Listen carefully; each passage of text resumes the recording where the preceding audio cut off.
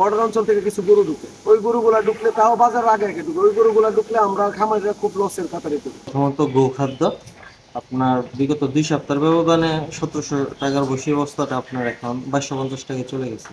তো এইরকম যদি গোখাদ্য আপনার নিয়ন্ত্রণে না আসে, তো আমরা প্রান্তিক খামারিরা যারা আছি এবছরও লসের সম্মুখীন হবো আর কি।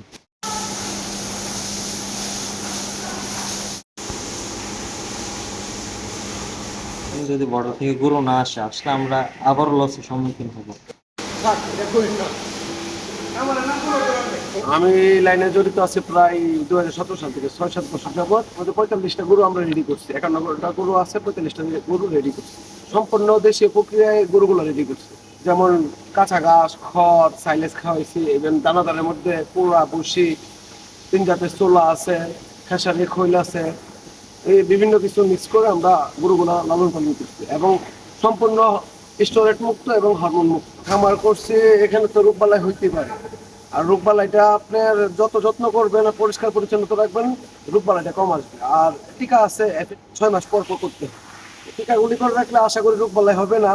আর গরুগুলো আনার পরে কিছু কোয়ারেন্টাইন করতে হয়, ওই সময় রোগবালাইগুলি আমরা সাইডে মুছে দেবো। প্রাণী সম্পদ ওনারা প্রতি সপ্তাহে আসে, আইসা ভিজিট করে, আমাদেরকে গরুর খোঁজ খবর নেয়, এবং মোবাইল মোবাইল টিম আছে, ওনারাও প্রতিদিন আসে, আইসা দেখে আমাদের সহযোগিতা দিতেছে। আমরা তো প্রতি বছরই আশা করি ভালো কিছু পাওয়ার জন্য, কিন্তু তেমন দাম পাইতেছি না। কারণ হচ্ছে বর্ডার অঞ্চল থেকে কিছু গরু ঢুকে, ওই গরুগুলা ঢুকলে তাও বাজার আগে আগে ঢুকে, ওই গরুগুলা ঢুকলে আমরা খামারিরা খুব লসের কাতারে পড়ি। এই রোজাইদের পর পর গৌখাদ্যের দামগুলো এরকম বাড়ে, তা বলার বাইরে। ওইটার কারণে গরুর খাদ্যের ওই দামের কারণে আমরা খুবই হিমশিম খাইতে। সরকারের কাছে একটা বিনীত অনুরোধ যে আমাদের গৌ খাদ্যের দামটা এবং বর্ডারের এলাকায় যে গরুগুলো আসলগুলা বন্ধ করে দেওয়ার জন্য। যে পৈরবে আপনার দেখা গেছে, আপনার প্রাণী সম্পদ কেন্দ্র থেকে জানানো হয়েছে যে 25,000 গরু রেডি করা হয়েছে এবং 15,000 ছাগল। আমাদের চাহিদা থেকে অনেক বেশি, এটা প্রতি বছরই হয়, কিন্তু এই কারণে আমরা একটু হিমশিম খাইতে হয়, কিন্তু বাজারটা ধরে নিতে হয় আর কি।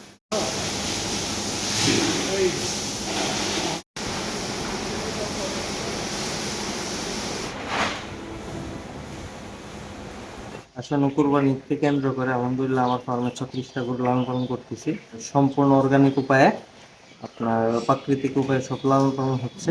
আমরা দানাদার বাজার থেকে কিনে এনে নিজেরা মিক্সিং করে খাওয়াচ্ছি। প্রথমত গোখাদ্য আপনার বিগত 2 সপ্তাহের ব্যবধানে 1700 টাকার বসি বস্তাটা আপনার এখন 2250 টাকায় চলে গেছে। তো এইরকম যদি গোখাদ্য আপনার নিয়ন্ত্রণে না আসে, তো আমরা প্রান্তিক খামারিরা যারা আছি এবছরও লসের সম্মুখীন হবো আর কি। প্রতি বছরই সরকার বলে বর্ডার থেকে গরু আসবে না, যদি বর্ডার থেকে গরু না আসলে আমরা আবারও লসের সম্মুখীন হবো। আলহামদুলিল্লাহ বিক্রি হচ্ছে। আশানুরূপ দামটা বলতে খাবারের দামটা যদি একটু হতো, তাহলে আমরা আরো কমে গরু দিতে পারতাম। আর সরকার যদি খাবার মূল দামটা একটু নিয়ন্ত্রণে রাখে, ইনশাল্লাহ আমরা গোশতের দাম 500 টাকার নিচে আনতে পারবো। আমরা মনে করেন যে 1 লাখ টাকা লইয়া 5 লাখ 6 লাখ টাকার মতো গরু আছে, আমরা এটা বিক্রি করতে পারবো। আমরা একটা গরুর মানে 20 কেজি বা পরিমাণ আমরা ঘাস দিই, আবার বন দিই, এগুলি দিয়া আমরা গরুর খাওয়াই। সদর উপজেলায় গতবারের তুলনায় এই বছর প্রায় দেড় গুণের বেশি গবাদি পশু হয়েছে। তো আমি খামারিদের কাছে যেটা বলবো, তারা যদি ন্যায্য মূল্য নিশ্চিত করতে পারে, তাহলে তারা যেন আগে থেকেই যেন গরুগুলি ছেড়ে দেয় এবং অতি মুনাফার আশা যেন তারা না করে, কারণ অতি মুনাফা অনেক সময় নিজের জন্য ক্ষতিকর হয়ে দাঁড়াবে। উপজেলায় ছোট বড় প্রায় 2057টি গবাদি পশুর খামার রয়েছে। এই 2057টি গবাদি পশুর ভিতরে 57টি বড় খামারি এবং 2000 প্রান্তিক কৃষকের খামার। এর ভিতরে 25,000 গবাদি পশু এবং 15,000 ছাগল ভেড়া। এর বাইরে আমাদের কিছু দুম্বা আছে প্রায় 16-17টির মতো।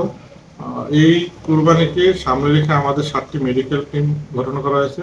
এরা নিয়মিত প্রত্যেকটা খামার, প্রত্যেকটা ইউনিয়নে, প্রতিটা খামারে এবং প্রত্যেকটা প্রান্তিক কৃষকের ঘরে ঘরে গিয়ে তারা যাতে নিয়মিত ভ্যাকসিন, লাম্পি স্কিন ডিজিজের ভ্যাকসিন করেন এবং খোলা রোগের ভ্যাকসিন করেন, সে ব্যাপারে তদারকি করছে।